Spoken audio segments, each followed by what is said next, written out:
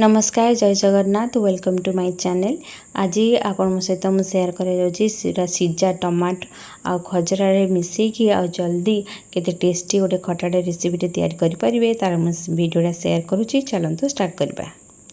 प्रथम मु कड़े को बसई सारी आ कड़े गरम गरम है 2 चम्मच मु रिफाइन तेल देली आ रिफाइन तेल गरम हो सारापर गोटे चम्मच फुटण पकई नेली। फुटण टी फुटी आसला बेलू से 2टी सुखला लंका पकई नेली आ सुखला लंका टिके लाल ही आसिले आ गोटे तेजपत्र को फाड़ कर पकई नेली आ 2 पाखुड़ा भूसंग पत्र आ मो अदा को गोरे की पकई नेली जोड़ा कि आंब कषिया अदा था और आंब कषिया अदा खटा देले बहुत टेस्टी लगे से कि मुझे आंब कषिया अदा को यूज करची। आपण मैंने चाहिए जमी आमर मसला यूज जो अदा को पकई पारे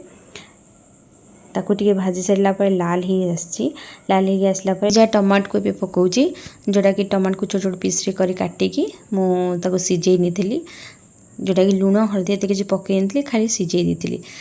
एबे से पकईकी किसी समय पर एपट सेपट कर नौची। किसी समय पर एपट सेपट कर आपन कही खजरा पकड़ा खजरा को मु 2 घंटा पूर्व नॉर्मल पानी रे बतुरे दी बतुरी देला जो टमाट पकई सारी खजरारू से पानी को फिंगी देकी खाली खजरा को मुझे पकई नेबी आ खजरा को पकई सारापर किसी समय पर कषई नौची टिके कषी गला ताकू घोड़े देवी जोटा कि टमाटर आउ पानी बाहर किसी समय मुझे कषे घोड़े दी आ देखो टमाटर आउ पानी बाहरी आ कषई भी हो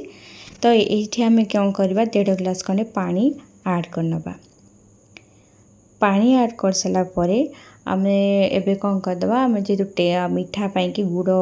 ये मुझे यूज कर आवश्यक अनुसार गुड़ पकई नेली आ किसी कोरा नड़िया पकई नौची ए सब को पकई सारापर भलसे टिके ताको गोले नौची मिक्स कर नौची। मिक्स करला जेहेतु पानी आमर ए दिखाई तो आपको टिके फुटिया छाड़दबा।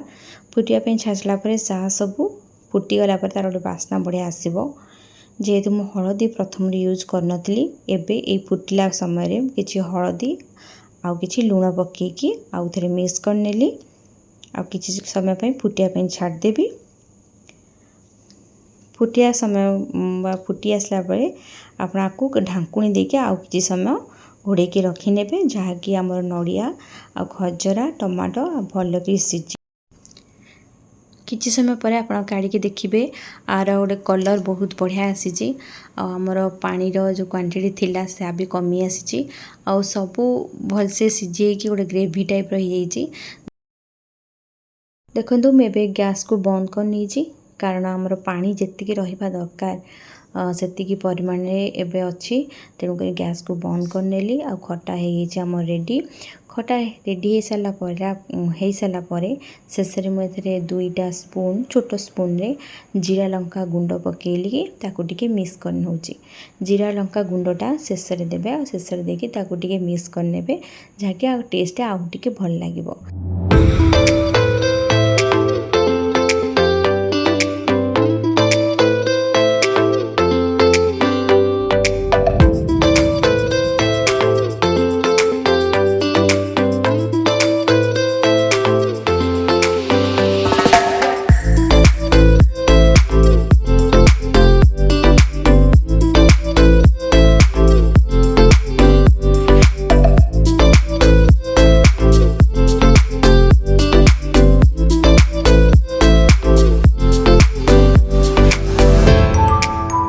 आशा करुँची आपण को ये खटा रेसिपी निहाती भल लगी जेकोसी पर्व में आपण यहपरी खटाटे बनातु खातु आपको निहाती भल लगे। जदि आपण मो चैनल को नुआ आछंती मो चैनल को सब्सक्राइब करंतु ए वीडियो गोटे लाइक करंतु। रहुची जय जगन्नाथ।